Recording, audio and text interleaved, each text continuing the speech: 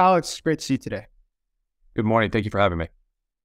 Alex, you served in the military for a number of years. You worked in military intelligence, and you do a lot of analysis of defense-related issues.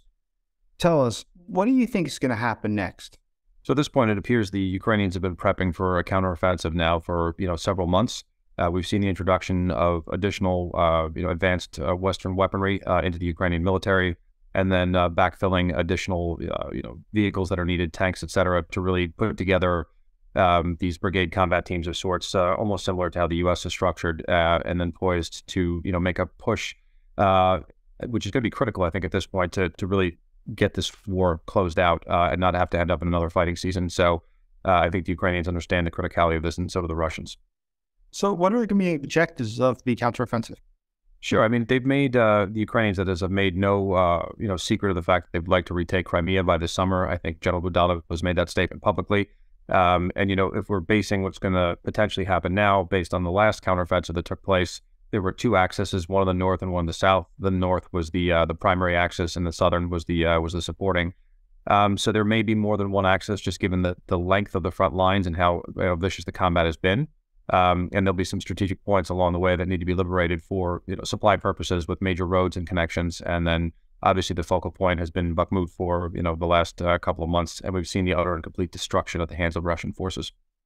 So as Ukraine pushes forward with this counteroffensive, what do you think the reaction from Russia is going to be? What should we be looking for from the Russian side?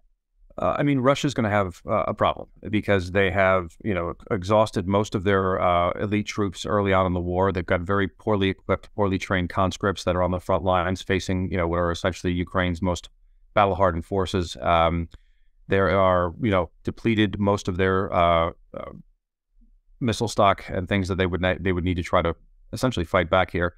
And they're having a hard time resupplying. The sanctions are finally starting to take hold after a year. So they are going to have quite a tough time. One of the biggest mistakes that Putin made, through the course of this invasion, aside from the war and the war crimes and everything else, was he completely exposed the Russian military as a hollow shell. The West for many years overestimated the size and strength of the Russian military. It's kind of shameful because the second time it's happened, we did that during the Cold War as well. But it's becoming blatantly clear they are not what they once were. So in the coming days, what should we be looking for? What are the next steps, perhaps?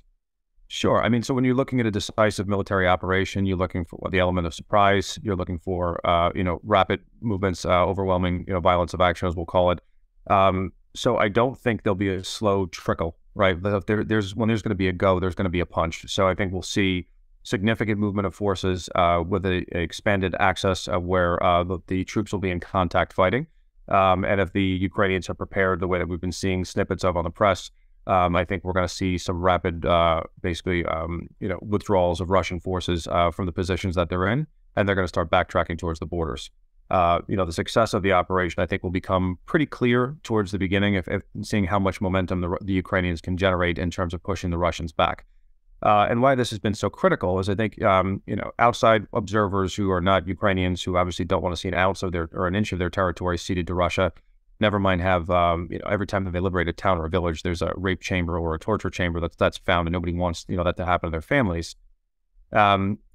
Is that if they don't push them back, right, and it comes to a war of attrition, which is where we've been, and it's a grinding stalemate, then it becomes a question of a negotiated settlement at that point, and what the Ukrainians are not willing to compromise or give up, which to date has been no territorial concessions. So this push is significant because if they don't gain significant amounts of territory, it's going to put them in an awkward position for negotiations with the Russians, and they do not want to give up any territory. And quite frankly, I wouldn't either. Well, what do you foresee that? It's hard to tell at this point just how far they'll be able to push the Russians back.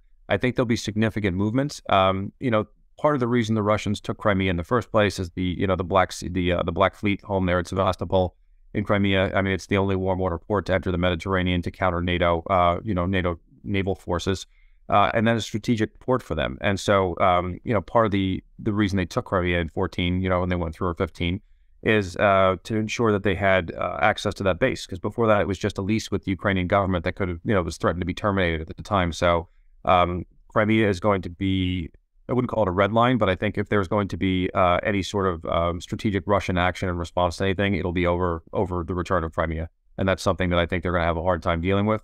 And the loss of Sevastopol is not something that they're prepared for. So in the all, what do you think is going to happen? What's the outcome of this war? So I think Ukraine will win, and they'll win either decisively on the battlefield or through a negotiated settlement that is of their choosing.